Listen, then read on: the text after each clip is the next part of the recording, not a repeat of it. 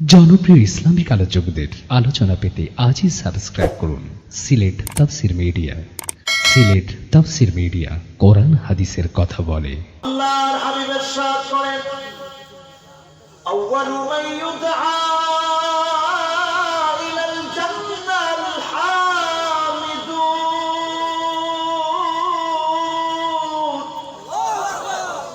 আল্লাহর জান্নাতি গোলামদেরকে আল্লাহ রাব্বুল আলামিন ডেকে ডেকে জান্নাতের প্রথম কাতারের জন্য দাঁড় করায় দিবেন। সেই গোলামেরা কারা হবে? আল হামিদুন। দুনিয়ার জীবনে যারা প্রশংসা আদায় করেছিল, সাধারণ অবস্থাতে না, ফিস সাররাই ওয়াদ দাররা, সুখে আর দুঃখে, কষ্টে আর আনন্দে যারা প্রশংসা আদায় করেছিল, আল্লাহ রাব্বুল আলামিন ডেকে ডেকে জান্নাতের প্রথম কাতারে দাঁড় করায়া দিবে। আমরা সুবহানাল্লাহর আওয়াজটা আর একটু জোরে বলতে পারি? জোরে বলি তো সুবহানাল্লাহ। আলহামদুলিল্লাহ কার প্রশংসা? সুবহানাল্লাহ বলে পবিত্রতা ঘোষণা করলাম কার? আল্লাহু আকবার বলে বরত্ব কার? এজন্য আল্লাহু আকবারের আওয়াজ বড়, আল্লাহু আকবার বলে বড় আওয়াজ করলে সুবহানাল্লাহ বলে আস্তে আওয়াজ হবে? দুইটাতেই সমান সমান আওয়াজ লাগবে। জোরে বলি সুবহানাল্লাহ, বলি আলহামদুলিল্লাহ, বলি আল্লাহু আকবার, বলি লা ইলাহা ইল্লাল্লাহ। করোনাকালীন সময় প্যান্ডামিক সিচুয়েশন চলছে। গোটা দুনিয়াতে একজন দুইজন নয়, 17.5 লক্ষ মানুষ এই পৃথিবী থেকে করোনাকালীন সময়ে বিদায় নিয়েছে। 7 কোটির উপরে মানুষ আক্রান্ত করোনা। সারা পৃথিবী যখন আবার বিচ্ছিন্ন হয়ে যাচ্ছে, ঠিক সেই সময়ে সুজানগর ইসলামী সমাজ কল্যাণ পরিষদের উদ্যোগে আজকের এই মাহফিলে আমরা যারা আসতে পেরে বসতে পেরে আনন্দিত হয়েছি, মালিকের শুকরিয়া আদায় করেছি। আসুন আমরা সকলে মিলে পড়ে নিচ্ছি সাইয়্যিদুল মুরসালিন, খাতামুন নবিয়্যিন, ইমামুল মুরসালিন, আফতাবুন নবুওয়া, শাহেনশাহে দু জাহান, মুহাম্মদ ইবনে আব্দুল্লাহ ইবনে আব্দুল মুত্তালিব, হাশিম ইবনে মানাফ ইবনে কিলাব ইবনে মুররা, কাব ইবনে লুয়াই ইবনে ফাহর, মালিক ইবনে নদর ইবনে কিনানা, মুতরাকাত ইবনে ইলিয়াস ইবনে মাআদ ইবনে আদনান, মুহাম্মাদুর রাসূলুল্লাহ সাল্লাল্লাহু আলাইহি ওয়াসাল্লাম। আলহামদুলিল্লাহ, অত্যন্ত আনন্দিত। বাংলাদেশের বিভিন্ন প্রান্তে কথা বলতে গেলে রাসূলের নাম শুনলে অনেক জায়গায় সাল্লাল্লাহু আলাইহি ওয়াসাল্লাম প্রথমে মানুষ বলে না, পরে বলে। কিন্তু আজকে আমি লক্ষ্য করেছি প্রথম বাড়ি মহব্বত ভরা কণ্ঠে আপনারা পড়েছেন সাল্লাল্লাহু আলাইহি ওয়াসাল্লাম। নবীজির প্রতি আমাদের মহব্বত আছে না নাই? কম না বেশি? সেই সুদূর ফ্রান্সে যখন কেউ আমার নবীকে নিয়ে ব্যঙ্গ করে, সবচেয়ে বড় প্রতিবাদটা আমাদের দেশে হয়, ঠিক না বেশি? আমার নবীকে নিয়ে যখন কোন কার্টুন ছাপানো হয়, আমার নবীকে বিশুদ্ধার করে যখন কোন নাস্তিক, কোন মুরতাদ যখন কথা বলে, তখন প্রতিবাদ আমার দেশে সবচেয়ে বেশি হয়, ঠিক না বেশি?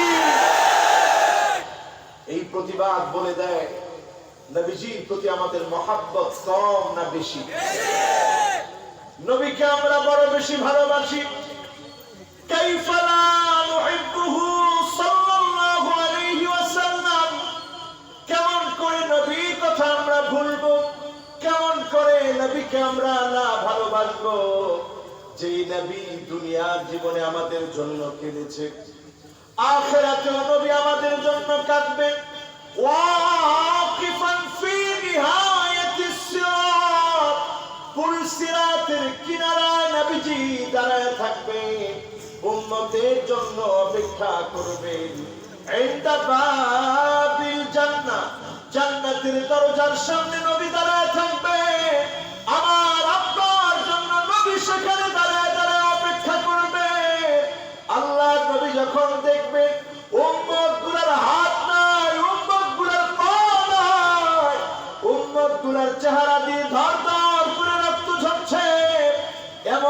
বিমর্ষ চেহারা দেখে আল্লাহ নবী সেদিন ফরিয়াদ করবে আল্লাহর কাছে।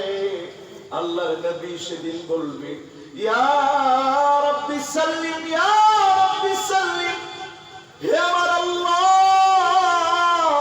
উম্মতের জন্য একটু মায়া করেন, একটু দয়া করে আল্লাহ মেহেরবানি করে আমার উম্মত গুলাকে নাজাত দিয়ে জান্নাতি বানায় দে। সেদিন নবীজি কাঁদবে, আমাদের জন্য কাঁদবে। ঠিক জান্নাতের দরজার সামনে দাঁড়িয়ে আল্লাহর নবী যখন জান্নাতের দ্বার রক্ষক ফেরেশতাকে বলবে, দরজা খোলো, জান্নাতের দ্বার রক্ষক ফেরেশতা জিজ্ঞাসা করবে, মান আনতা, কে তুমি? আল্লাহর নবী বলবে, আমি মুহাম্মদ। জান্নাতের দ্বার রক্ষী ফেরেশতা বলবে, বিকা উমিরতু লা আফতাহু লিআহাদিন ক্বাবলাক। ওগো আল্লাহর নবী, আপনার জন্য আমি আদিষ্ট হয়েছি, প্রেরিত হয়েছি, কারো জন্য জান্নাতের দরজা খুলি নাই। আজকে যখন আপনি এসেছেন, আমি জান্নাতের দরজা খুলে আপনার জন্য অপেক্ষায় দাঁড়ায় আছি। পড়েন আল্লাহু আকবার। সেই জান্নাতে ঢুকতে গিয়ে আল্লাহ নবী উম্মতদের কথা স্মরণ করবে। আল্লাহ নবী সেদিন বলবে, হুররিমাতিল জান্নাহ আলাল উমাম হাত্তা তাদখুল উম্মতি। কোন নবীর উম্মত জান্নাতে যেতে পারবে না যতক্ষণ আমার গুনাহগার উম্মত গুলো আল্লাহর জান্নাতে না যাবে। আল্লাহু আকবার। সেই নবীর উম্মত আমরা আজকে দেখতে চাই, সেই উম্মতেরা কারা কারা মাহফিল থেকে 50% শুনেই বাড়ি চলে যাবে। হাত উঠায় দেখা।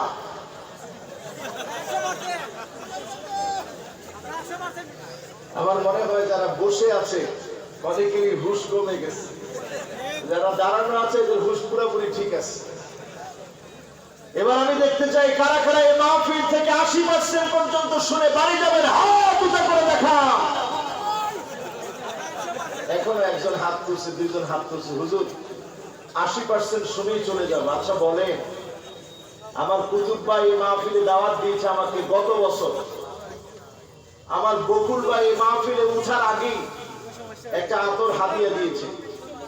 এই আতরের নাম কি? আরে আতর দেখাইতে দিয়েছে, একটা হয়ে গেছে আরেকটা। এই আতরের নাম কি? এটার নাম দেহনুল উদ। কাবার গিলাফের মধ্যে এই আতরটা ব্যবহার করা হয়। বলেন আল্লাহু আকবার। আপনারা সিলেটিরা কত সৌভাগ্যবান জানেন। নবীদের সুন্নাত ছিল 4টা। সুনানুল মুরসালিন, সমস্ত নবীদের সুন্নাত ছিল 4টা। জোরে বলেন কয়টা?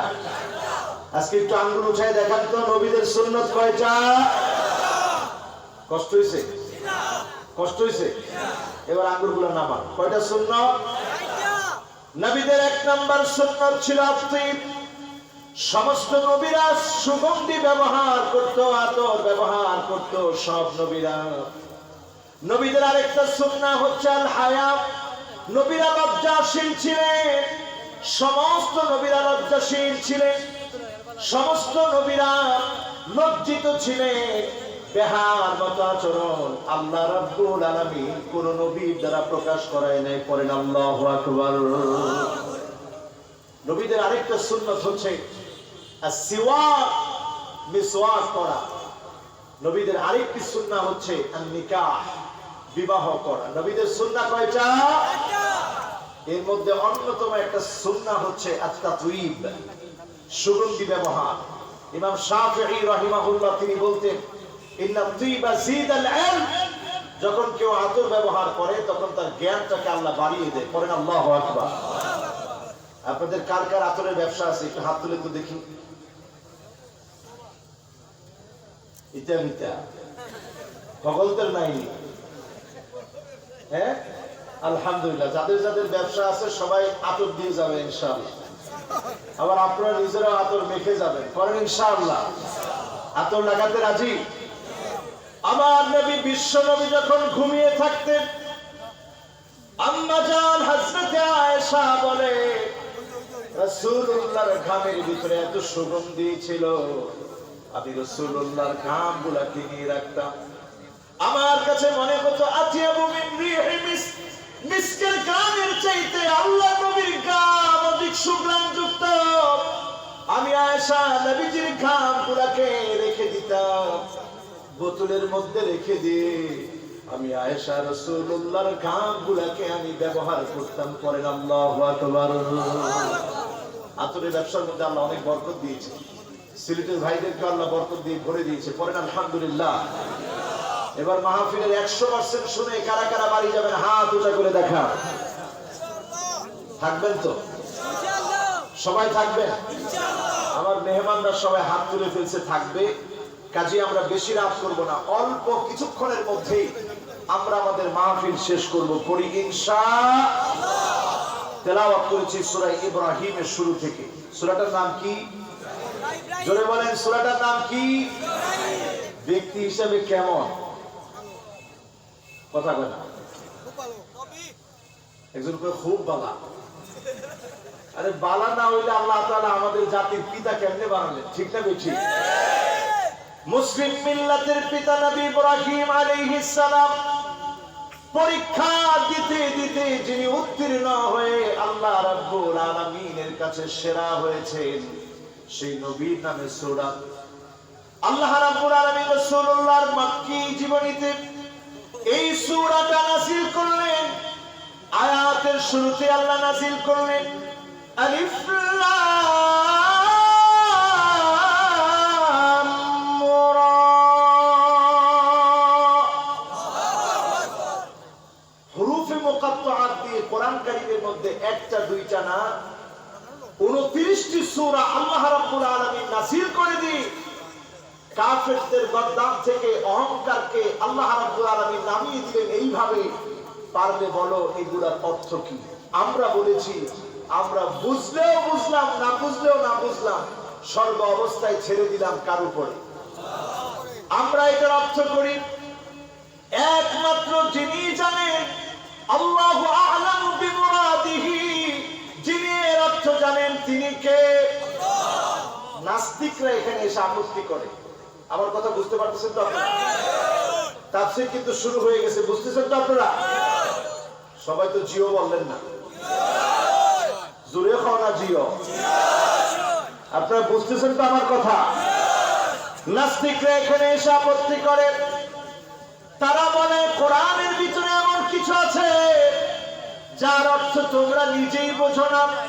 আর আমরা বলি আল্লাহু আ'লামু বিমুরাদিহি, এর অর্থ যিনি সবচেয়ে ভালো জানেন তিনি কে? আল্লাহ। ইসলামের এমন কিছু বিষয় আছে যেগুলা আমরা আল্লাহ পাকের উপরে এমন ভাবে ছেড়ে দিছি যেখানে আমাদের কোনো কথা। যেমন উদাহরণ দিব, আপনার ওযু চলে গেছে, পানি নাই, কি নাই, এখন কি করতে হবে? হ্যাঁ, সবাই উচ্চারণ করে বলেন কি করতে হবে? তায়াম্মুম যখন আপনি করলেন, তায়াম্মুম করার কারণে আপনি মাটির মধ্যে স্পর্শ করে আপনার চেহারার মধ্যে যখন স্পর্শ করলেন, ময়লা দূর হলো না ময়লা লাগলো? কথা হয় না? ময়লা তো আরো বেশি লাগলো। ময়লা লাগার পরেও যিনি আপনাকে পবিত্রতা দান করে দিলেন তিনি কে? মুজা যখন আমরা মাসে করি, মুজা মাসে করা দরকার ছিল নিচে দিয়ে, মুজা মাসে করি কোন দিক দিয়ে? জানেন না? কোন দিক? উপরের দিক। কোন দিক? এই যে উপরের দিক দিয়ে মাসেও করি। এই মাসে করার মধ্য দিয়ে আমরা বলি আমরা মেনে নিয়েছি, কারণ বিধান যিনি দিয়েছেন তিনি কি? আপনি যখন হঠাৎ করে পিছন দিয়ে কোনো কিছু বের হয়ে গেল, অজু ছুটে গেল, অজু ছুটে যাওয়ার কারণে অঙ্গ প্রত্যঙ্গ গুলা সবগুলো দৌত করতে হলো। এটার দ্বারা প্রমাণ হয়ে গেল আল্লাহ যেভাবে যেটা বলেছেন মেনে নেওয়ার নাম হচ্ছে মুসলমান। ঠিক না বেঠিক? শুরুতে আল্লাহ রাব্বুল আলামিন আলিফ লাম রা বলে আল্লাহ তাআলা চ্যালেঞ্জ ছুড়ে দিলেন। এই চ্যালেঞ্জ করার মধ্য দিয়ে কাফেরদের জবানের মধ্যে তালা লেগে গেল।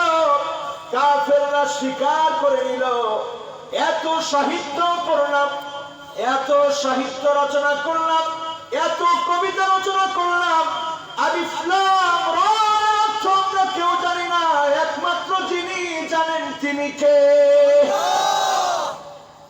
এবার আসেন, এরপরে আল্লাহ তাআলা বলছেন, কিতাবুন আনজালনাহু ইলাইকা লিতুখরিজান নাস মিনায-যুলুমাতি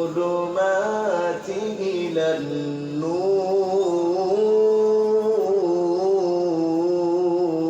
আল্লাহু আকবার। এমন একখানা কিতাব, এই কিতাব, যেই কিতাব আল্লাহ দিয়েছে মানুষকে অন্ধকার থেকে বের করার জন্য, জাহালত থেকে বের করার জন্য। আজকের পৃথিবীর দিকে তাকায় দেখেন, আমরা আধুনিকতার যুগে আমরা আবার যেন অন্ধকারের দিকে চলে যাচ্ছি, ঠিক না বেঠিক? অন্ধকার কিভাবে বুঝবেন? অন্ধকার বোঝার জন্য তিনটা আলামত। কয়টা? তো জোর করে কও না, কয়টা? তিনটা আলামত অন্ধকার বোঝার জন্য। আজকের এই সুজানগরে বুঝে আপনি চিন্তা করবেন সারা বাংলাদেশ নিয়ে, সারা দুনিয়া নিয়ে, অন্ধকারের মধ্যে আমরা আছি কিনা? অন্ধকার তো তখনই চলবে, অন্ধকার তো তখনই থাকবে আইয়ুসাল মুরশিদ, যখন আপনি তাকায় দেখবেন নেককার মানুষকে, আলেমদেরকে, পরহেজগারদেরকে, ইসলাম পন্থীদেরকে যখন নির্যাতন করা হবে, বুঝতে হবে অন্ধকার চলছে, আযাব চলে আসার সময় চলে এসেছে, ঠিক না বেঠিক? এখন আপনারা বলেন আমরা অন্ধকারের মধ্যে আছি কিনা? এখনো আবার অন্ধকার ভর করেছে আমাদের উপরে, ঠিক না বেঠিক? এটা আমার কথা না, আবু হুরায়রা বলছেন আলামত বুঝতে হবে তিন ভাবে। এক নম্বর আলামত হলো আপনি যখন জেনে যাবেন আলেমদেরকে নির্যাতন করা হচ্ছে, জুলুম করা হচ্ছে, আপনি বুঝবেন অন্ধকার চলে এসেছে, যে কোনো মুহূর্তে আযাব আসতে পারে, ঠিক না বেঠিক? ও মুসলমান, এখন আপনি কিসের আযাবের অপেক্ষায় আছেন? আজকে তাকে দেখে রাতারাতি মানুষ মুশরিক হয়ে যাচ্ছে, মানুষের খবর নাই। আল্লাহর নবীর উম্মত গুলা ধ্বংস হয়ে যাচ্ছে, খবর নাই, ঠিক না বেঠিক? এটা তো সবাই ঠিক বললেন না, ঠিক কিনা? দুই নাম্বার আলামত দেখবেন আইয়ুতাআল মুগওয়িন, তাকিয়ে দেখবেন যখন খারাপ দুশ্চরিত্র, লম্পট, বাজে লোক, ইতরদেরকে অনুসরণ করা হবে, অনুকরণ করা হবে। লম্পট লোকদের অনুকরণ আপনাকে বলে দিবে অন্ধকারের সময় চলে এসেছে, যে কোনো মুহূর্তে আযাব আসতে পারে, ঠিক না বেঠিক? এখন ভালো লোকের অনুসরণ আছে? জোরে বলেন, আছে? নাই। তৃতীয় নম্বরে তাকিয়ে দেখবেন, তৃতীয় নম্বরে তাকিয়ে দেখবেন আত্মীয়তার সম্পর্ক ছিন্ন করা হয়েছে। আত্মীয়তার সম্পর্ক মানে শুধুমাত্র আপনি যাদেরকে আত্মীয় মনে করেন, এর বাইরেও আপনার আত্মার আত্মীয়, আপনার রূহের আত্মীয়। আল্লাহ যাদেরকে আত্মীয় বলেছেন, সে আত্মীয়রা হচ্ছে মুসলমান। আপনি যখন মুসলমানের স্বার্থের বাহিরে গিয়ে অমুসলিমদেরকে খুশি করে কোনো কাজ করবেন, আপনি বুঝবেন ইসলামের দুশমন হয়ে ইসলামের ক্ষতি আপনি করতেছেন, ঠিক না বেঠিক? এখন এই তিনটা আলামত আমাদের সমাজে আসে, বলেন আছে? এই তিনটা আলামত আমাদের সমাজে আছে। এই তিনটা আলামত যখন আসবে, সমাজের ভিতরে জুলুম, নির্যাতন, নিপীড়ন বেড়ে যাবে। জুলুম, নির্যাতন, নিপীড়ন এমন বাড়বে, ইয়াক্তাতিলুনা বা'দুহুম বা'দা, চারদিকে লড়াই লেগে যাবে, চারদিকে মারামারি, কাটাকাটি, হানাহানি শুরু হবে। আজকের দুনিয়ায় তাকায় দেখেন মুসলমান চারদিকে মার খায় কি খায় না? জোরে বলেন, খায় কি খায় না? 15 লক্ষ আমার মুসলমান ভাইকে ইরাকে শহীদ করে দেওয়া হলো। সেই সময় মুসলমান কেউ কথা বলে নাই। এই বছর আমি তুরস্কে গেলাম, 1 লক্ষ 2 লক্ষ না, 45 লক্ষ সিরিয়া শরণার্থী এখন তুরস্কের মধ্যে ঘুরে বেড়ায়। জায়গায় জায়গায় মানুষ দেখলে ক্ষুধার্ত হয়ে হাত পাতে। মুসলমান হয়ে আজকে দেখতে হয় আমার মুসলমান কত কষ্ট আছে, কত জুলুম নির্যাতন নিপীড়নে আছে। আমরা আমাদের চোখে দেখেছি, ভাইরাল হয়েছে এই ভিডিওগুলো।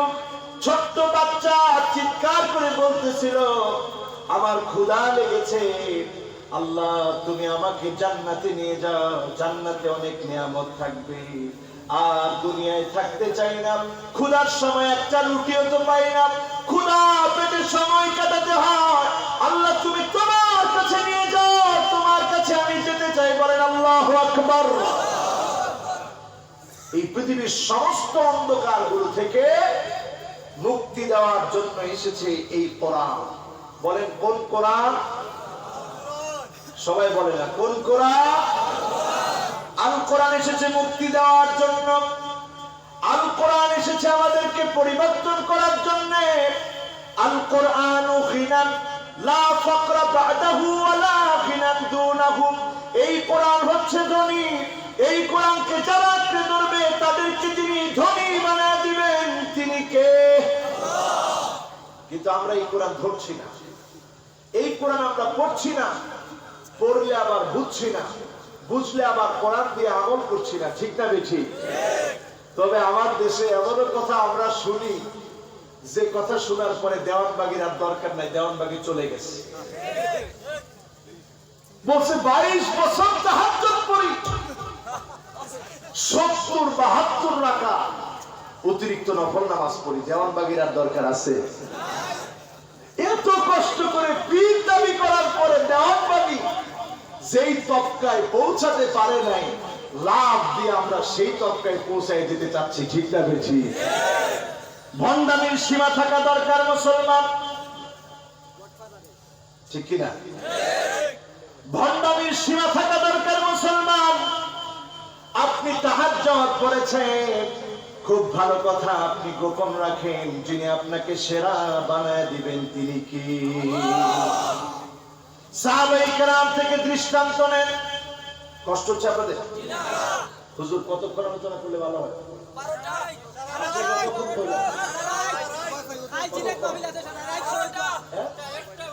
হুজুর কইছে 11:30। এখন 11:30 কে কে চলে যাবেন হাত তুলে? একজন চলে যাবে 11:30, দুইজন পিছন থেকে একজনে টানি ধরছে। ওই যাইতে ঠিক না বেশি? থাকবেন তো ইনশাআল্লাহ? 11:30 পর্যন্ত মাহফিল হোক, আপনারা চান? লিল্লাহি তাকবীর। আল্লাহু আকবার। আমার কাছে দেওয়ার মতো কিচ্ছু নাই, কিন্তু আপনারা বসে আছেন আশা নেই। আমি আল্লাহর কাছে ভিখারির মতো চাচ্ছি, আল্লাহ এমন কিছু তৌফিক দিয়ে, এমন কিছু নূরানি কথা আল্লাহ বের করে দেন, যাতে করে আমার যুবকগুলো খোরাক পেয়ে আজকের এখান থেকে নিয়ত করে ফেলে তারা জীবনে কোনোদিন আর খারাপ পথে যাবে না। রাজি আছেন মুসলমান? আজকে দেখতে চাই এই মাহফিলে কি পরিমাণ যুবক এসেছে, যাদের বয়স 15 থেকে 30। তোমরা বলো তো আল্লাহু আকবার। গীতা গীতা 15 থেকে 30 যুবকরা আবার আল্লাহু আকবার। মুরব্বীরা নাই, তারা ঘুমায়। দেখি মুরব্বীরা যারা আছেন 30-এর উপরে বয়স, আপনারা বলেন তো আল্লাহু আকবার।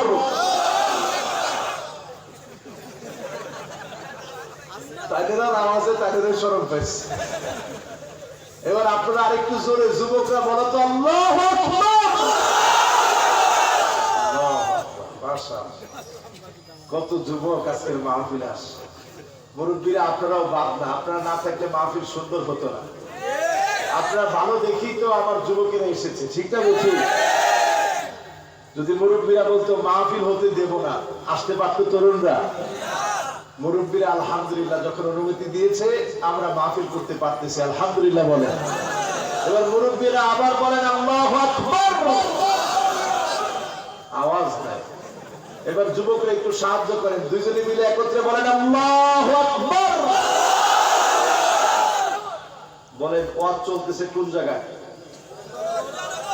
সুজানগর নিকিতা কোন জায়গা গিয়া থামছি? হ্যাঁ হ্যাঁ, নারায়ণগঞ্জ গিয়ে থামছি। যেখানে গিয়ে থেমেছি সেটা হলো এটা এমন এক কিতাব, যেই কিতাব পড়লে ভাগ্যটা পরিবর্তন হয়। আজকে মুসলমানের ভাগ্যে সবচাইতে বেশি জুলুম আর নির্যাতন, ঠিক না বেঠি? আমার দেশের স্বাধীনতার 50 বছর পার হয়ে গেল, আজকে পর্যন্ত টকশোতে বিভিন্ন জাহেল আমার দেশে বলে এই দেশটাকে স্বাধীন করেছি কোরআন দিয়ে রাষ্ট্র পরিচালনার জন্য নাকি না, কোরআন দিয়ে রাষ্ট্র চলবে এই জন্য নাকি তারা স্বাধীন করে নাই। আমরা বলতে চাই কোরআন দিয়ে রাষ্ট্র চলো, এটা স্বাধীনতাকামী প্রত্যেকটা মুসলমানের দাবি, ঠিক না বেঠি? তারা মনে করে কোরআন দিয়ে রাষ্ট্র চললে তাদের বিরাট ক্ষতি হয়ে যাবে। আচ্ছা বলেন তো, এই কোরআন এমন একটা কিতাব, এই কিতাবের ভিতরে নাই এমন কি কোনো কিছু আছে? সবাই বললেন না, আছে? নাস্তিকরা প্রশ্ন করে, আচ্ছা ঠিক আছে বলেন তো দেখি, কতটুকু আটা দিয়ে কয়টা রুটি হয়? কোরআনের কোন জায়গায় আছে? এটাও কোরআনের মধ্যে আছে না নাই? সাহস নিয়ে বলেন আছে না না? ফাসআলু আহলাল যিকরি ইন কুনতুম লা তা'লামুন। না জানলে যারা জানে তাদের কাছ থেকে জেনে নাও, পড়েন আল্লাহু আকবার। সুতরাং যে নিজে রুটি বানায় না সে তো জানে না কতটুকু আটা দিয়ে কয়টা রুটি হয়। এই কোরআনের ভিতরে আল্লাহ রাব্বুল আলামিন সকল তথ্য দিয়ে দিয়েছে। এই কোরআনের কাছে যারা এসেছে কোরআনের ছাত্রে রূপান্তরিত হয়েছে, আর যারা কোরআনের সাথে বেয়াদবি করেছে তাদেরকে যিনি ধ্বংস করে দিয়েছেন তিনি কি? ও মুসলমান, আজকের পৃথিবীর দিকে তাকায় দেখেন, আমরা আমাদের কোরআন পড়ি না, কোরআন জানি না, অথচ মুসলিমরা আমাদের কোরআন নিয়ে তারা গবেষণা করে।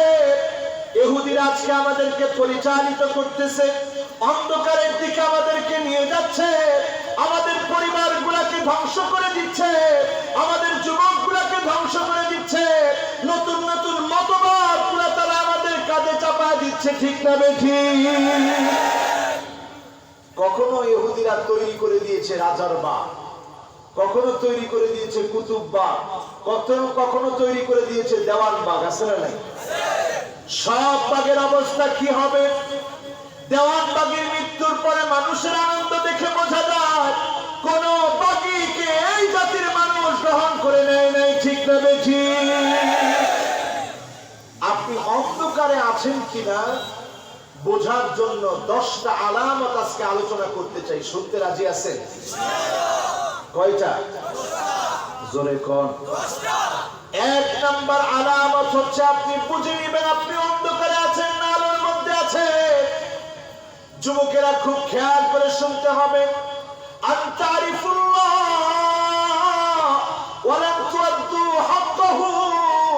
যখন আপনি বুঝবেন আমি আমার আল্লাহকে চিনি কিন্তু আল্লাহর হক আদায় করি না, আমি আমার আল্লাহকে চিনি আল্লাহর জন্য জীবন দিতে চাই না, আমি আমার আল্লাহকে চিনি আল্লাহর জন্য সিজদা দিতে চাই না, আমি আমার আল্লাহকে চিনি আল্লাহর জন্য খরচ করতে চাই না, আমি আমার আল্লাহকে চিনি আল্লাহর জান্নাতের জন্য প্রতিযোগিতা করতে চাই না, আমি আমার আল্লাহকে চিনি আল্লাহর জন্য জীবন দেওয়ার জন্য সিদ্ধান্ত নেই না। যখন আপনি দেখবেন আপনি বুঝে নেবেন আপনি অন্ধকারে আছেন, ঠিক না বেঠি?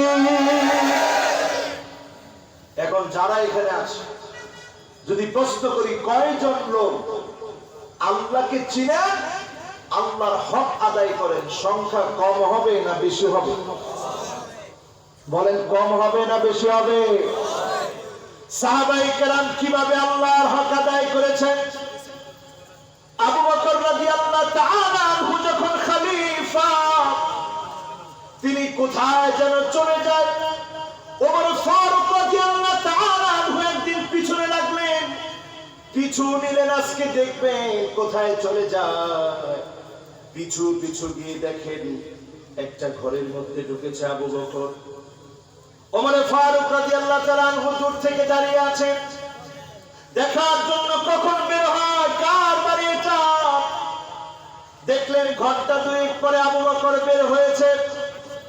ওমর ফারুক রাদিয়াল্লাহু তাআলা আনহু আবার পিছনে গেলে দরজার মধ্যে গিয়ে নক করলেন। দরজা যখন খুলে দেওয়া হলো, একজন বৃদ্ধা মহিলা, চোখে দেখে না। ওমর ফারুক রাদিয়াল্লাহু তাআলা আনহু জিজ্ঞাসা করলেন, একটু আগে যে লোকটা এসেছিল তাকে কি আপনি চেনেন, তাকে কি আপনি জানেন? বৃদ্ধা মহিলা বললেন, আমি চোখে দেখি না, আমি তো জানি না তিনি কে, কিন্তু লোকটা বড় ভালো মানুষ, আমার ঘরে আসে, কাজকর্ম করে দিয়ে যায়, থালা বাসন ধুয়ে দিয়ে যায়, রান্না বান্না করে দিয়ে যায়। হযরতে ওমর ফারুক চোখের পানিগুলা ধরধর করে ছেড়ে দিলেন, আল্লাহকে ডাক দিয়ে বললেন, আল্লাহ, আবু বকর আমাদের জন্য কঠিন বানায় দিয়ে গেল, আবু বকর আমাদের জন্য কঠিন বানায় দিয়ে গেল। খলিফা হয়ে অন্ধ একটা বুড়ি মহিলার বাড়ি এসে রান্না বান্নার কাজে সহযোগিতা করে দিয়ে, থালা বাসনগুলো ধুয়ে দিয়ে, বাজার ঘাট করে দিয়ে আবু বকর এখান থেকে যায়। বলেন আল্লাহু আকবার। এই হচ্ছে আমাদের খলিফা, এই হচ্ছে আমাদের নেতা, এই হচ্ছে আবু বকরের দৃষ্টান্ত। আমার ভাইয়েরা, আমার বন্ধুরা, দ্বিতীয় নাম্বার আলামত, যে আলামত দিয়ে আপনি বুঝবেন আপনি অন্ধকারে আছেন কিনা, সেই আলামতটা হচ্ছে ওয়া আনতুম তাকরাউনাল কুরআন ওয়া লাম তা'মালু বিহি। এই কোরআন তোমরা তেলাওয়াত করো, কিন্তু এই কোরআন অনুযায়ী তোমরা আমল করো না, ঠিক না বেঠিক? দেখবেন তাদের পথে কি বলে। একজন এরকমও বলছে যে আমার জানাজা পড়ানোর জন্য তোমাদের লাগবে না, আমার বাপের জানাজা পড়ানোর জন্য তোমাদেরকে লাগবে না। আচ্ছা, তুমি কেমনে জানো তোমার বাপের জানাজা তুমি পড়াতে পারবা? এতটুকু পর্যন্ত হায়াত যে তুমি পাবা, এটার কোনো গ্যারান্টি আছে? বলেন, কোনো গ্যারান্টি আছে? আলেমদেরকে যারা তুচ্ছ করে কথা বলছে, তাদেরকে দিয়ে আল্লাহ মহা সত্যগুলো প্রকাশিত করে দিচ্ছে। সে তার আলোচনার মধ্যে বলেছে, হয় চুপ থাকবা, জালেমরা আমাদের জবান বন্ধ করে দিতে চায়, এটা আজকে নতুন না, আগে থেকেও করেছে, ঠিক না বেশি? এরপরে জালেমদের আরেকটা কাজ হচ্ছে হাত ভেঙে দিবে, পা ভেঙে দিবে। যেই নবী ইব্রাহিম আলাইহিস সালামের নামে সূরা, নবী ইব্রাহিম আলাইহিস সালামকে তারা বলেছিল তোমার পা ভেঙে দিব, পাথর দিয়ে মেরে মাথা উড়ায় দিব। এই হুমকিগুলা আগে ছিল, এখন আর ওই হুমকিগুলা না। আছে? বলেন, এই হুমকিগুলা এখন আছে? এই হুমকিগুলা আজ অবধি আছে। বলে মেরে হাত ভেঙে দিব, এরপরে রাখবো কোথায়? ফিসসিজন। সিজন মানে জেলখানা, জেলখানায় থাকা। আগেও জালেমরা জেলখানায় রাখতে চেয়েছে, এখনো জালেমরা জেলখানায় রাখে, ঠিক না বেঠিক? তারে দিয়ে আল্লাহ কয়েকটা শর্ত প্রকাশ করে দিয়েছে। এক নম্বর শর্ত কথা হচ্ছে চুপ থাকতে হবে, জালেমরা আমাদেরকে চুপ রাখতে চায়, ঠিক না বেঠিক? আরেকটা শর্ত হচ্ছে তারা আমাদেরকে মারবে, তারা আমাদেরকে জেলে রাখবে।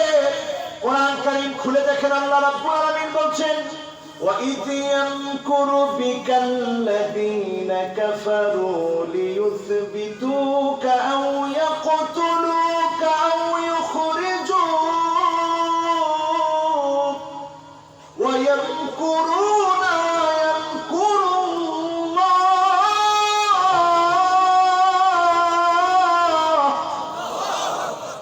وَاللَّهُ خَيْرُ الْمَاكِرِينَ।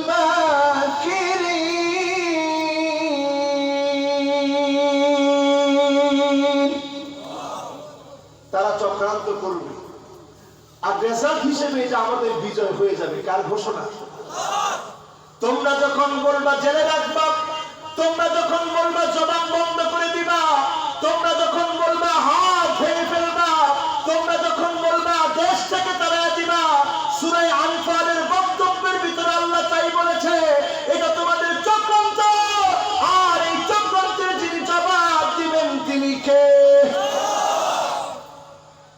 দ্বিতীয় নাম্বার যে আলামত দিয়ে বুঝবেন, ওই লোকটাও কিন্তু সেদিন বলছে আমি 4 বার কোরআন খতম করেছি, তোমার 4 বার কোরআন খতম, বোঝা যায় এই কোরআন তোমার অন্তরের ভিতরে ঢোকে নাই। ঠিক না ঠিক? এটা আপনি বুঝে নেবেন। আপনি জুলুম করছেন কিভাবে বুঝবেন? তাকরাউনাল কোরআন ওয়া লাম তা'মালু বি, এই কোরআন কারীম পড়বে কিন্তু এই কোরআন অনুযায়ী আমল করবে না, এমন হতভাগা মুসলমান আছে না? গেল 2 নাম্বার, বাকি আছে কয়টা? 3 নম্বরে আমার ভাইরা, ওয়া আনতুম তুহিব্বুনা নাবিয়াকুম, তোমরা তোমাদের নবীকে ভালোবাসো কিন্তু আতারাকতুম সুন্নাতাহু, নবীজির সুন্নাতগুলো তোমরা ছেড়ে দাও। ঠিক না বেঠিক? এটা তো সবাই ঠিক বললেন না। নবীজির সুন্নাত কি এখন আছে? যুবকেরা তোমরা বলো সুন্নাত কি এখন আছে? আমি যদি একটা একটা করে ধরায় দেই দেখবেন নবীজির সুন্নাত নাই। ইহুদিদের রীতি আমাদের ঘরে ঘরের মধ্যে এখন আছে। ঠিক না বেঠিক? 1 নাম্বার ধরায় দিই, চুল কাটে। আমার যুবকেরা চুল কাটে। লাআনাল্লাহুল কাযা, যারা কাযা স্টাইলে চুল কাটে তাদের উপরে আল্লাহ রাসূল বলছেন আল্লাহর লানত। কাযা কোন স্টাইল? ডানে চুল নাই, বাঁয়ে চুল নাই, পিছনে চুল নাই, সামনের দিক দিয়ে গরুরে যে খের খাওয়া, এই খেরে পাড়ার মতো বড় বড় চুল আছে না নাই? তাইরা কি তা নবীজির সুন্নাত মানছে না? কোন সুন্নাত? নবীজির সুন্নাত না, ইহুদিদের স্টাইল এখন আমাদের স্টাইল। ঠিক না বেঠিক? আল্লাহর হাবিব বলেছেন লাআনাল্লাহুন নামিসা ওয়াল মুতানাম্মিসা, ওই মহিলার উপরে আল্লাহর লানত, যেই মহিলা পুরুষ রাগ করবে তার উপরে আল্লাহর লানত। আজকে তাকায় দেখেন গ্রামে গঞ্জে সকল জায়গায় গ্রুপ রাগের সংখ্যা কম না বেশি? তো হুজুর এটাতে বেশি বলছি কেন? কারণ আমাদের পকেটে টাকা নেই। তো এই টাকা দেয় কে? আপনারাই তো দেন। ঠিক কিনা বলেন? আজকের এখান থেকে যারা আসছেন গ্রুপ রাগের জন্য কোনো টাকা দেওয়া যাবে?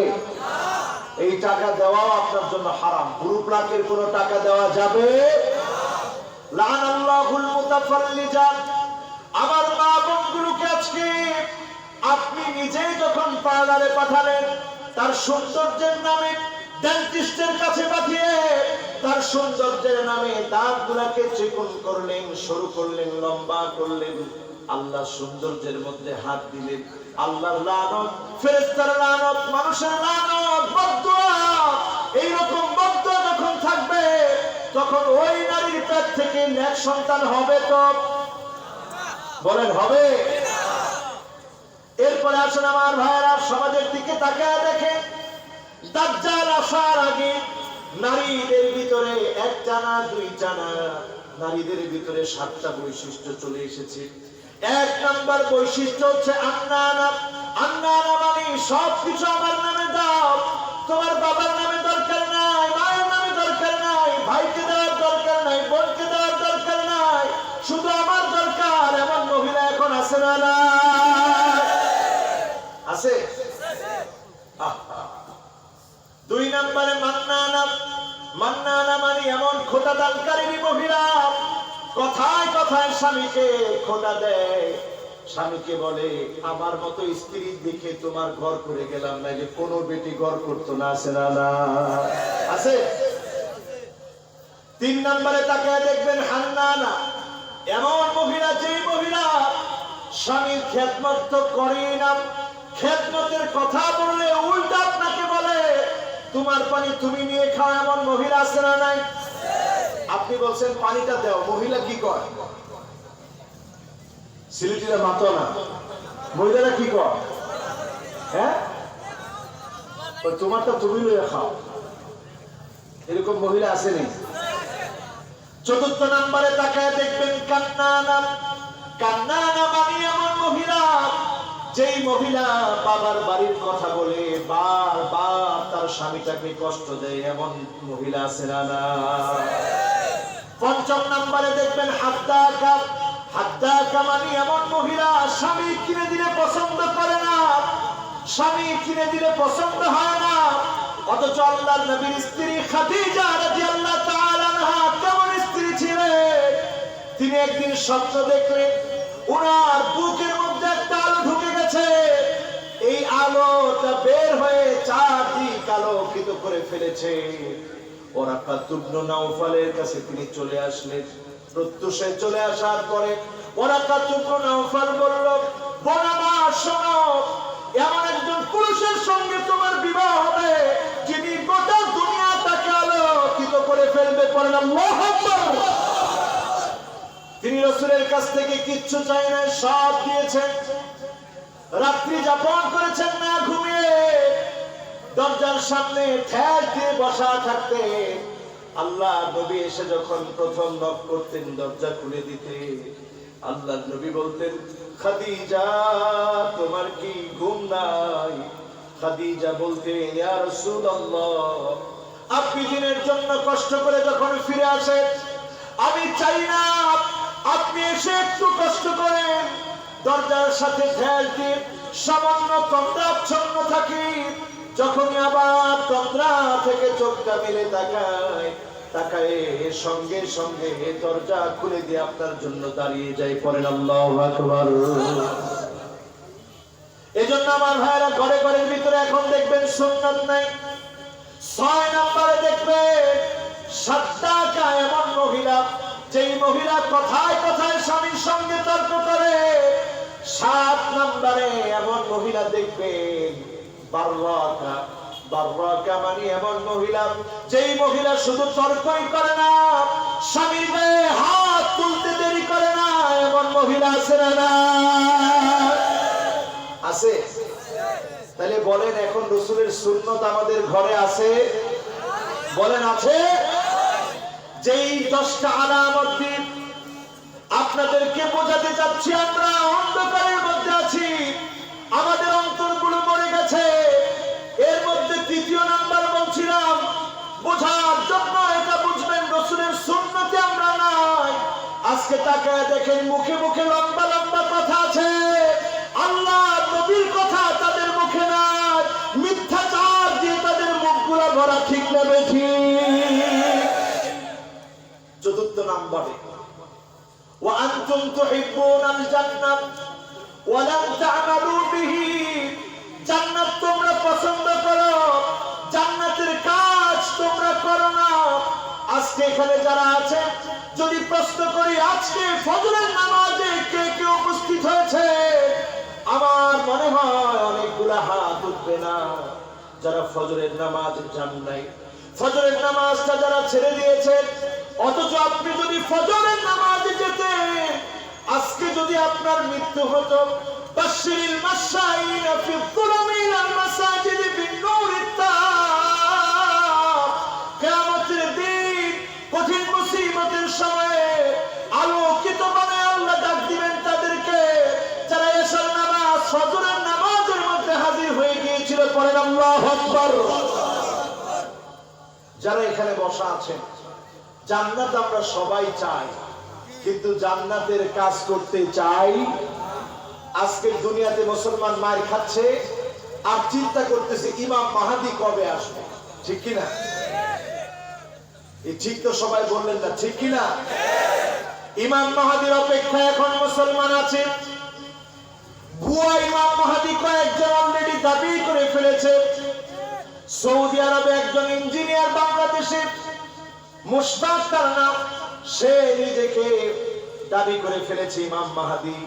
এর আগেও কয়েকবার দাবি করা হয়েছিল, বহুবার ইমাম মাহদী দাবি করা হয়েছে।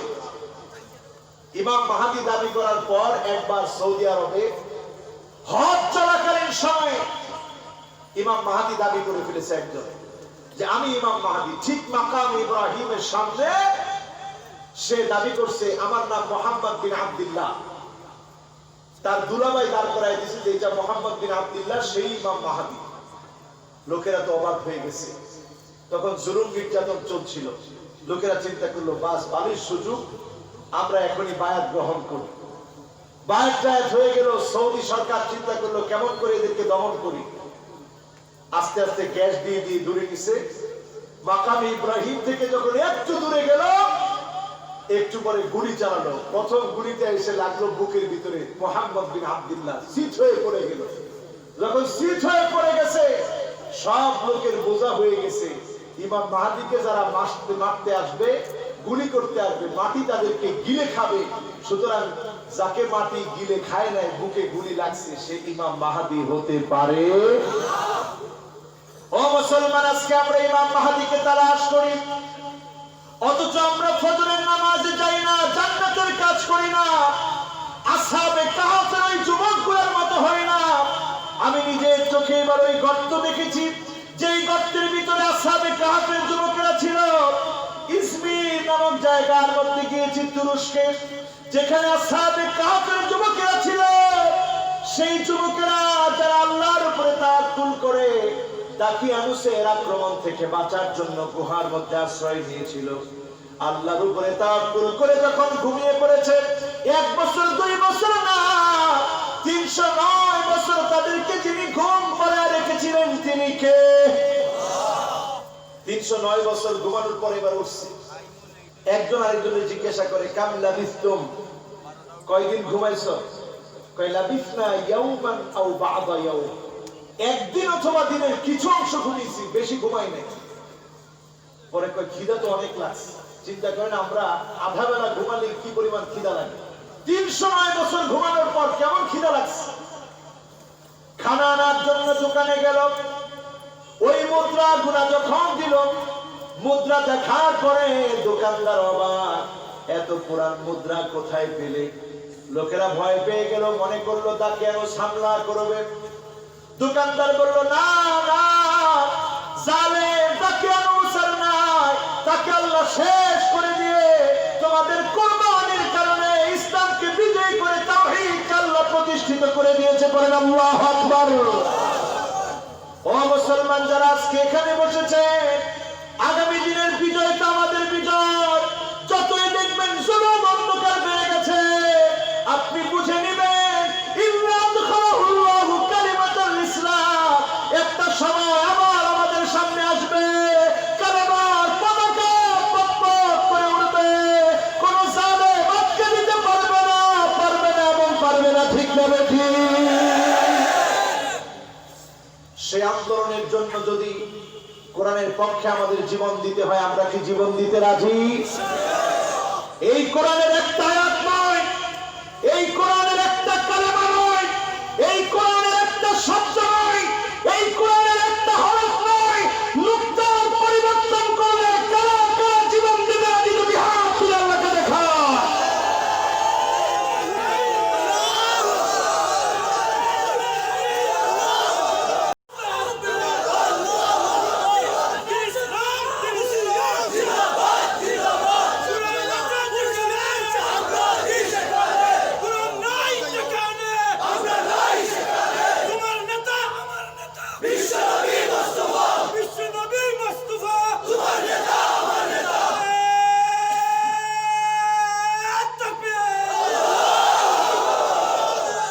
লিল্লাহি তাকবীর। বরত্ব কার জন্যে?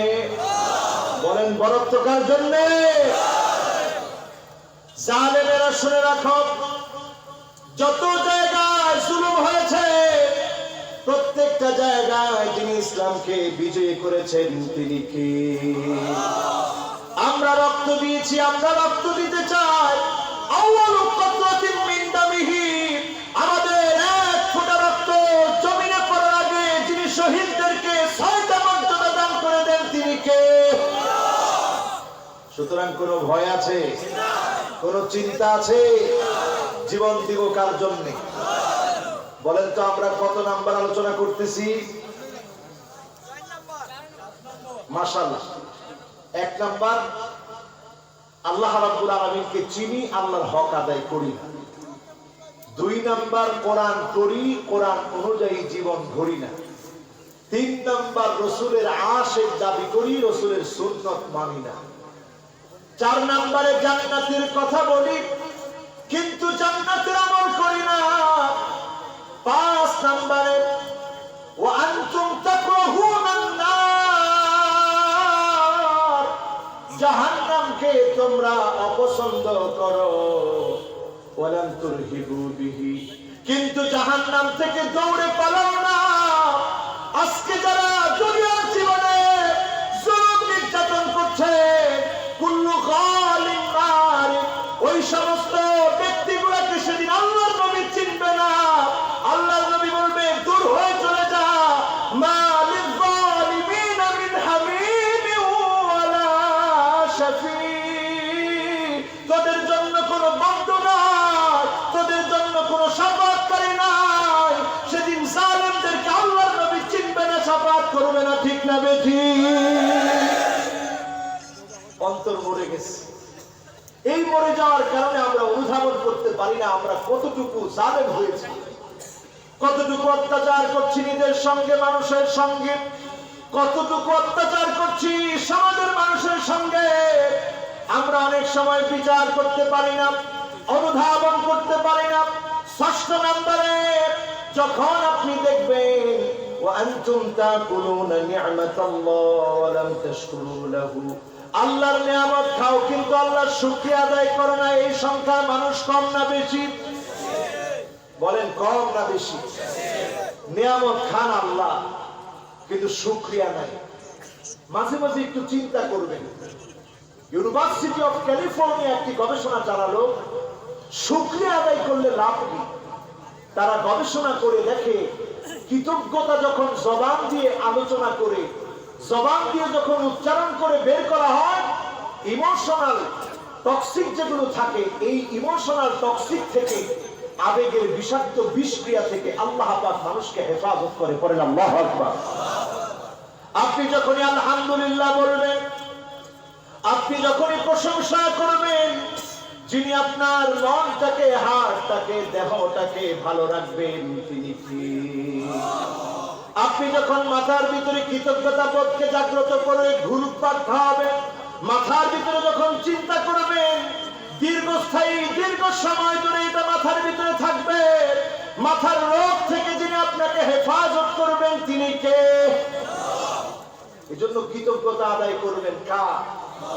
জোরে সোরে পড়ি আলহামদুলিল্লাহ। গেছে কয়টা? মাশাআল্লাহ, 6টা কে বলছেন? একটু হাত তুলে তো দেখি। লিল্লাহি তাকবীর। এত নাম্বারের ভিতরে যাদের মনে আছে, বোঝা যাচ্ছে আপনারা ওয়াজগুলা শুধুমাত্র শোনার জন্য না, বাড়িতে নিয়ে যাওয়ার জন্য বসেছেন। আল্লাহ কবুল করুক, পড়ি আমিন। কত নাম্বার? আরো জোরে, জোরে হলো না? 6 নাম্বার বাকি আছে। 4টা আমি এরপরে জিজ্ঞাসা করি, আপনারা বলতে পারবেন তো ইনশাআল্লাহ? এবার আসুন 7 নম্বরে আমার ভাইরা, ওয়া আনতুম তাস্তাগিলুনা বিউয়ুবিন নাস ওয়া তারাকতুম আনফুসাকুম, মানুষের দোষ নিয়ে থাকো, নিজের দোষ কখনো তালাশ করো না। জালেমরা দেখবেন মাইক পেলেই তারা মানুষের বদনাম বলে, কিন্তু তাদের চরিত্র বলতে কিছুই না। তাদের চরিত্র খুলতে দেখা যায় মহিলা হয়ে মাকে ঘর থেকে বের করে দিয়েছে, ঠিক না বেঠিক? একজন অ্যাডভোকেট, কি নাম? নাম কি? ওই যে বলে ফেলছি, আমি আর বললাম না। কি নাম? আপনি জোরে কর। এত বড় অ্যাডভোকেট হয়ে সে তার মায়ের ঘর থেকে বের করে দিচ্ছে। মা সাক্ষাৎকার দিচ্ছে যে তার চরিত্র বলতে কিছু নাই, কোন সময় কে আসে তার কোনো হিসাব নেই। জোরে কর নাউজুবিল্লাহ। আপনি এটা স্পষ্ট বুঝে নেবেন যখনই আপনি দেখবেন ইসলামের বিপক্ষে আপনার জবান চলছে, আপনি বুঝে নিবেন আপনি জুলুম করে ফেলেছেন। এই জুলুমের শাস্তি যিনি আপনাকে দান করবেন তিনি কি? আল্লাহ কোন জালেমকে ছেড়ে দেন না, ছাড় দেন, ধরতে দেরি করে, কিন্তু আল্লাহ ধরা থেকে বাদ দেন না। জালেমরা ধরা পড়বেই পড়বে, এমন জায়গায় গিয়ে জালেম ধরা পড়বে যেখানে উপায় থাকবে না, ঠিক না বেটি? আমি উদাহরণ দিই, কষ্ট হবে আপনাদের? আর ইনশাআল্লাহ 15 মিনিট আছেন তো? কষ্ট হয়ে গেছে? আসলে আমি তো আলোচনা করতাম আরো আগে, কিন্তু দেরি হয়ে গেল, দুঃখিত, আপনারা মাফ করে দিয়ে। কষ্ট হচ্ছে আপনাদের? কত নাম্বার? কত নাম্বার? আচ্ছা বলেন তো 7 নাম্বারটা কি?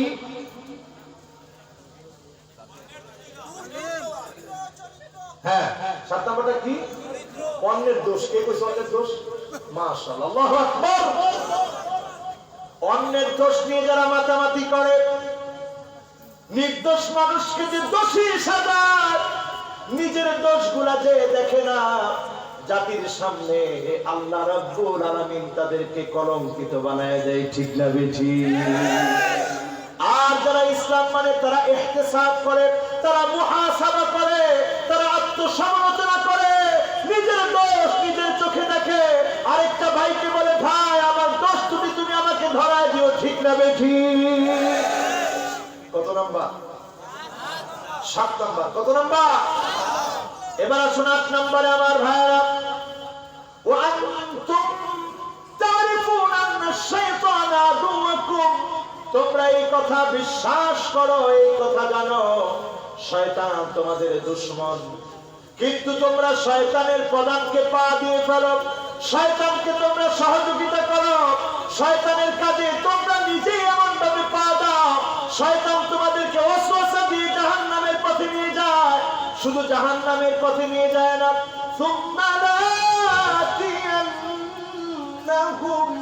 মিন বাইনি আইদিহিম ওয়া মিন খালফিহিম ওয়া আন আইমানিহিম ওয়া আন শামাইলিহিম ওয়া লা তাজিদু আকসারাহুম শাকিরিন।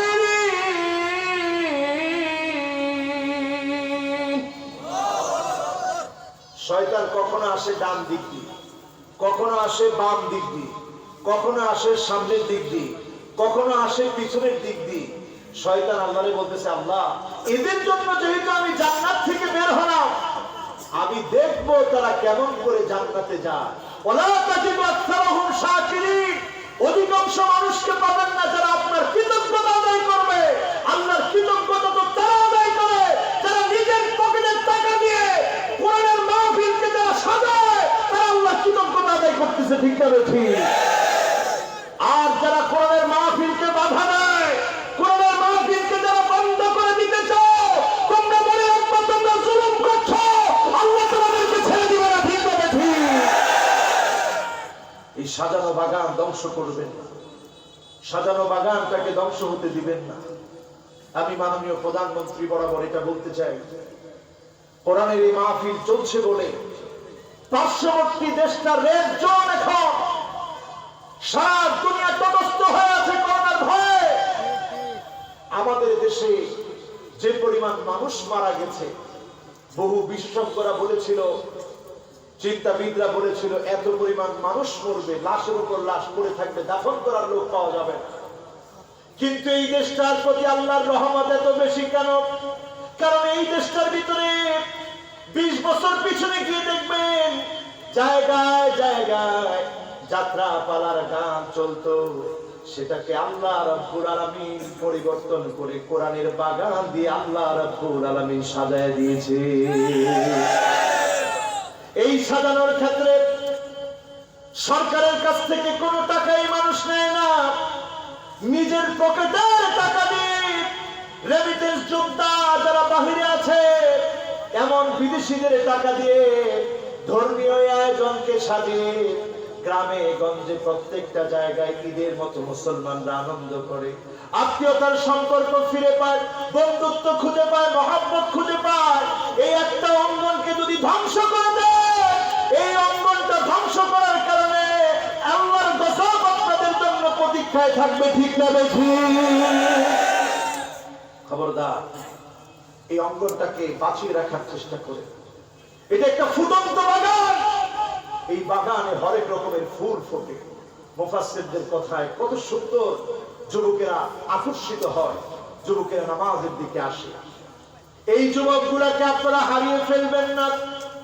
এই যুবকগুলাকে যদি হারিয়ে ফেলে, এরা মাদকাসক্ত হবে, ড্রাগ এডিক্টেড হবে, ইয়াবাখোর হবে, মদখোর হবে, নেশায় হারায় যাবে। যুবকগুলোকে আপনারা খুঁজে পাবেন না, ঠিক না বেঠিক?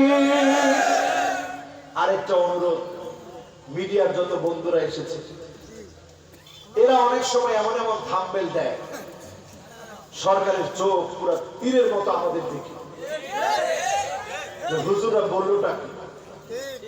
এজন্য এই সমস্ত মিডিয়ার ভাইরা তারা আমাদের কলিজা, তারা আমাদের কথাগুলো জাতির কাছে, যুবকদের কাছে ছড়িয়ে দিচ্ছে। তারা যখন ফেসবুক চালাচ্ছে, ক্লিক করার সঙ্গে সঙ্গে ওয়াজ আসতেছে। যুবকের একবার দেখতে মনে না চাইলে আবার চলে এসেছে, আবার মনে না চাইলে আবার চলে এসেছে। এই যে একটা বিপ্লব এখন মিডিয়ার কর্মীরা এনেছে, নিঃসন্দেহে এই বিপ্লবটাও এখন ইসলামের বিপ্লব, ঠিক না বেঠিক? আগে নোংরামির কারণে ইউটিউবে ঢোকা যেত না। কন্টেন্ট সব কন্টেন্ট গুলো গান বাজনা, সিনেমা, নাটক ফাটক দিয়ে পড়া। তারা যখন এখন দেখতেছে নাটক চলে না, তখন কমেন্টো নামক নতুন আরেকটা নাটক এখন একটা সিনেমা বের করতেছে, যেটাতে পরিষ্কার ভাবে তারা মুসলমানদেরকে সন্ত্রাসী সাব্যস্ত করতে চাচ্ছে, ঠিক না বেঠিক? আজকে তাকায় দেখেন, হিটলার 1 লক্ষ 2 লক্ষ নয়, হিটলার 60 লক্ষ ইহুদি হত্যা করেছে। ধর্মে সে ছিল একজন খ্রিস্টান, ঠিক না বেঠিক? মাও সেতুং 1 কোটি মানুষ মেরেছে। ফরাসি বিপ্লবের নামে কোটি মানুষ মারা গেল। সমাজতান্ত্রিক বিপ্লবের নামে কোটি মানুষ মারা গেল পৃথিবী থেকে। ইরাকে আমার ভাইদের মধ্য থেকে 15 লক্ষ ভাইকে শহীদ করে দেওয়া হলো। কোনটা কি আপনারা সন্ত্রাসী বললেন না? মুসলমানের কার্যক্রমকে ঘুরে ফিরে তারা সন্ত্রাসী বলে, ঠিক না বেঠিক? এই নাটক ফাটক গুলা, সিনেমা গুলা যখন দেখতেছে, তাদেরটা চলতেছে না, তারা এখন কালামা রেখে নিচে তারা পিস্তলের ছবি দিয়ে তারা বোঝাতে চাচ্ছে এই কালেমার প্রতিষ্ঠা মানেই হচ্ছে পিস্তলের প্রতিষ্ঠা। জোরে বলেন নাউজুবিল্লাহ। তারা দেখবেন টকশোতে আসলে কোরআন হাদিস থেকে রেফারেন্স দেয়, কয় জায়গায় কোনটা আসছে, কি বুঝাইছে, তারা কোরআন থেকে রেফারেন্স দেয়। আসলে এই রেফারেন্স গুলা তারা দিয়ে থাকে যতটুকু তাদের পক্ষে মিলে। আপনারা মনে হয় বুঝেন নাই। যখনই কোরআনের বক্তব্য তাদের বক্তব্যের বিপরীত, তখনই বলে কোরআন দিয়ে রাষ্ট্র চলবে কেন? এটা মৌলবাদীদের কাজ। আমরা দেশ স্বাধীন করেছি কোরআন দিয়ে রাষ্ট্র চালানোর জন্য না। আবার যখন তাদের পক্ষে কাজে লাগে, কোরআন দিয়ে তারা যুক্তি দিয়ে থাকে, ঠিক না বেঠিক? তার মানে বোঝা যায়, ইয়া হাল তেরা চাল হ্যায়, মকসুদ তেরা মাল হ্যায়, কেহ যুগ তেরা চাল হ্যায়, লাখো কো আমহা কর দিয়া, ঠিক না বেঠিক? তাদের এই সমস্ত চালাকি, জালবাজি সবকিছু ফেক, সবকিছু মিথ্যা। এগুলো তারা করে নিজেদেরকে নেতা বানানোর জন্য, টাকা কামানোর জন্য। আর দিনের কথা তারা বলে শুধু মানুষকে বোকা বানায় ধোঁকা দেওয়ার জন্য, ঠিক না বেঠিক? আপনারা মনে রাখবেন, রাসূল হাদিসের ভিতরে মুমিনদেরকে বলেছে গিররান কারীম, গিররুন কারীম। সবাই বলেন, কি বলছে? আর 5 মিনিট সময় বাকি আছে, আছেন তো? চলবে না? আর বেশিক্ষণ চালাবো না, সবাই বলছেন ইনশাআল্লাহ। মুমিনদেরকে রাসূল বলছে গিররুন, কয় না সবাই? কি বলছে? আর মুনাফিকদেরকে রাসূল বলেছে খিবুল লাইম। মুমিনরা হচ্ছে গিররুন কারীম, মানে সম্ভ্রান্ত বোকা। মুমিনরা কি? আমরা সম্ভ্রান্ত বোকা। আমরা বোকা দেখেই তারা বারবার আমাদেরকে ধোঁকা দিতে পারে, ঠিক না বেঠিক? কিন্তু প্রকৃত মুমিন যারা, তারা আর ধোঁকা খাবে না। দ্বিতীয়বার মুমিনরা ধোঁকা খায় না। খিবুল লাইম মানে দ্রুত, চালাক, চতুর। তারা নিজেদেরকে চালাক মনে করে আমাদেরকে ধোঁকা দিতে চায়। নিশ্চয় আল্লাহ রাব্বুল আলামিন মুসলমানদেরকে বিজয় দিবে, সেদিন কেউ ফিরাতে পারবে না, ঠিক না বেঠিক? 8টা বলছিলাম, বাকি আছে বাকি আছে। অষ্টম নম্বরে বলতেছিলাম শয়তান আমাদের বন্ধু না শত্রু? বলেন বন্ধু না শত্রু? সেদিন আল্লাহ স্মরণ করায় দিবে ওয়ামতাজুল ইয়াওমা আইয়ুহাল মুজরিমুন।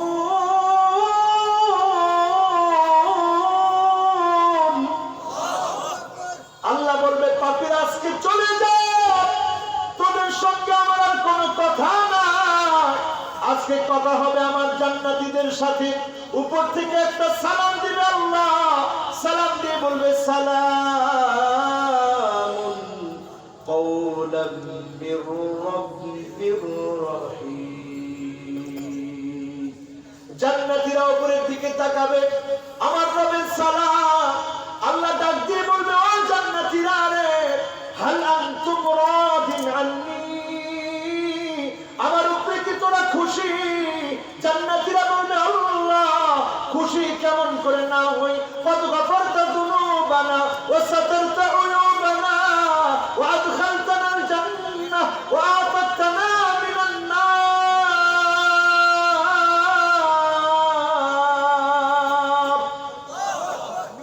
গুনাহ মাফ করেছেন, গুনাহ ক্ষমা করেছেন, গুনাহ গোপন করেছেন, জান্নাতের মালিক বানিয়েছেন, জাহান্নাম থেকে মুক্তি দিয়েছে।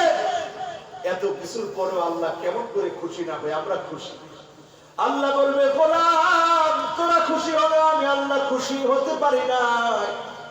আমি আল্লাহর কাছে কিছু একটা চাই, ইবাদি সালুনি ওতিকু, আমি আল্লাহর কাছে কিছু একটা চাও, আমি আল্লাহ আজকে তোমাদেরকে কিছু একটা দিতে চাই। যখন আল্লাহ রাব্বুল আলামিন বলবে চাও চাও বান্দা, আমি আল্লাহর কাছে চাও, আদম আলাইহিস সালাম ডাক দিয়ে বলবে সন্তানেরা শোনো, আজকে আল্লাহর কাছে বলবে আল্লাহ আপনার কাছে চাই, জীবনে কোনদিন আপনি রাগ করবেন না, রাগ করে জান্নাত থেকে আমাদেরকে বের করে দিবেন না। বলেন আল্লাহু আকবার। সেদিন আল্লাহ ডাক দিবে, ডাক দিয়ে বলবে ওহিল্লু আলাইকুম রিদওয়ানি ফালা আসফাতু আলাইকুম বাদাহু আবাদা। যা বান্দা আমি আল্লাহ খুশি হয়ে গেলাম, জীবনে কোনদিন আমি তোদের উপরে আর রাগ করব না, বের করে দিব না। করেন আল্লাহু আকবার। সেদিন আবার আল্লাহ ডাক দিবে, দিয়ে বলবে ইবাদি সালুনি উতিকুম, চাও আমি দেব। সেদিন বান্দারা আবার বলবে আল্লাহ কি চাবো সব আপনি দিয়েছেন। নবী মুসা আলাইহিস সালাম বলবে শোনো জান্নাতীরা, আমি তুর পাহাড়ের উপরে আমি দেখতে চেয়েছিলাম আল্লাহকে, আমার নিজের চোখে ওই জায়গা দেখেছি। পুরা তুর পাহাড় কিন্তু পুড়ে যায় নাই। লিমনেজিয়া নামক একটা জায়গা, সবাই বলেন কি নাম? লিমনেজিয়া, একটি জায়গার নাম, তুর পাহাড়ের মাঝখানে। ওই জায়গাটায় নবী মুসা আলাইহিস সালাম অবস্থান করছিলেন। লিমনেজিয়া নামক জায়গা, ওই জায়গাতে দাঁড়িয়ে, তুর পাহাড়ের ওই জায়গায় দাঁড়িয়ে নবী মুসা আলাইহিস সালাম যখন বারবার বলছিলেন আল্লাহ এক নজর আপনাকে দেখতে চাই, আল্লাহ রাব্বুল আলামিন জানায় দিলেন লান তারানি, কশিন কানেও তুমি আমাকে দেখতে পারবে না। চর্মচক্ষু দিয়ে আল্লাহকে দেখা যায় না, দুনিয়ার চক্ষু দিয়ে আল্লাহকে দেখা যায় না। সেদিন আমি বারবার চেয়েছিলাম আল্লাহ দেখা দেন না, শুধু নূরের তাজাল্লি দিয়েছিলেন। ফাখররা মূসা সাইকা, আমি মূসা পড়ে গিয়ে অজ্ঞান হয়ে গিয়েছিলাম। ও জান্নাতীরা রে, আল্লাহ যেহেতু আজকে সুযোগ দিয়েছে, একটা বারের জন্য আল্লাহকে বলো আল্লাহ জীবনে একবারের জন্য হলেও আপনাকে এক নজর দেখতে চাই। সেদিন জান্নাতীরা যখন ফরিয়াদ করবে, আল্লাহ সমস্ত পর্দাগুলো সরিয়ে দিবেন। সাতারাউনা রাব্বাকুম কামা তারাউনা হাযাল কমর ওয়া ফি রিওয়ায়াতিন উখরা সাতারাউনা রাব্বাকুম কামা তারাউনা হাযাল কমর লাইলাতাল বদর। পূর্ণিমার চাঁদের মতো সেদিন আমার মাওলার চেহারা দেখানো হবে, আমার আল্লাহকে সেদিন দেখা যাবে। বান্দারা এক নজরে আল্লাহর দিকে তাকায় থাকবে। সেদিন আমার আল্লাহ বান্দাকে বারবার বলবে বান্দা হাল আনতুম রাদিন আন্নি, তোমরা কি আমি আল্লাহর উপরে খুশি? সেদিন যিনি বান্দাদেরকে খুশি করে দিবেন তিনি কে? আমার ভাইরা, বাকি আছে জোরে বলেন কয়টা? নবম নম্বরে ওয়ান্তুম তারিফুন আন্নাল মাউত হক, তোমরা এই কথা জানো মৃত্যু সত্য। ওয়ালান তাস্তাইদু লাহু, মৃত্যুর জন্য প্রস্তুতি নাও না। যারা মৃত্যুর জন্য প্রস্তুতি নেয়, একটা দাফন তার জন্য শিক্ষা হয়ে যায়। আজকে জানাজার নামাজগুলো আমরা পড়ি, জানাজার নামাজে যখন আপনাকে সামনে রাখা হয়, ইমাম সাহেব পিছনে দাঁড়ায়, আপনি সামনে দাঁড়িয়ে যান। সাল্লু কবরান তুসাল্লা আলাইহি, যেদিন নামাজের জানাজা দাঁড়ায় যায়, সেদিন চাইলে আর আপনি নামাজ পড়তে পারবেন না, ঠিক না বেঠিক? বাকি রোজার একটা বলবো, বাকি একটা, যেই কারণে আমরা জুলুমের মধ্যে আছি, অন্তরগুলা মরে গেছে, আমাদের দোয়া আল্লাহর কাছে কবুল হয় না। শেষ নাম্বারটা হলো ওয়ান্তুম তারিফুন আন্নাল মাউত হাক্কুন ওয়া আনতুম তাদফানু মাউতাকুম, তোমরা তোমাদের মৃতদেরকে দাফন করো, কবরে শোয়াই দিয়ে আসো, কিন্তু সেখান থেকেও তোমরা শিক্ষা গ্রহণ করো না, ঠিক না বেঠিক? দুই কারণে পৃথিবীব্যাপী আমরা মার খাচ্ছি। কয় কারণ? রাসূল বলেছেন তোমরা সংখ্যার অনেক হবে, দুই কারণে তোমরা মার খাবা। এক নম্বর কারণ হচ্ছে হুব্বুদ দুনিয়া, দুনিয়ার লোভ তোমাদের কলিজার ভিতরে ঢুকবে। ও কারাহিয়াতুল মউত, আল্লাহর জন্য, জমিনে দ্বীন কায়েমের জন্য, ইসলাম নামক গাছটাকে বাঁচিয়ে রাখার জন্য কখনো কখনো বুকের তাজা রক্তগুলো ঢেলে দিতে হয়। যখন মুসলমান ভুলে যাবে, তখনই মুসলমান মার খাবে, ঠিক না বেঠিক? আজকের এখান থেকে অঙ্গীকার নিতে চাই, আল্লাহর জন্য জীবন দিতে আমরা কি রাজি? বাতিলের বিপক্ষে, সত্যের পক্ষে জীবন দিতে আমরা কি রাজি? আল্লাহর কোরআনের জন্য জীবন দিতে কি আমরা রাজি? যদি রাজি থাকেন, আজকের এশার নামাজ যারা পড়েন নাই, তারা জীবন দিতে পারবেন? তারা সময় দিতে পারেন না, জীবন দিতে পারবেন? যারা সময় দিতে পারেন নাই, যারা অর্থ দিতে পারেন নাই, তারা জীবন দিতে পারবেন না। এজন্য আমার ভাইরা, আল্লাহর জন্য তৈরি হন, নিজের আমল দিয়ে পরিবর্তন করেন নিজেকে, আল্লাহর কাছে সাহায্য চান। যিনি আপনাকে আমাকে জান্নাতি হিসেবে কবুল করবেন তিনি কি? এবার একটু পাঁচটা আঙ্গুল উঠা, শেষ আলোচনা, 11:30 বাজে আলোচনা শেষ। আল্লাহর পাঁচটা নাম ধরে আমরা এখন ডাক দিব।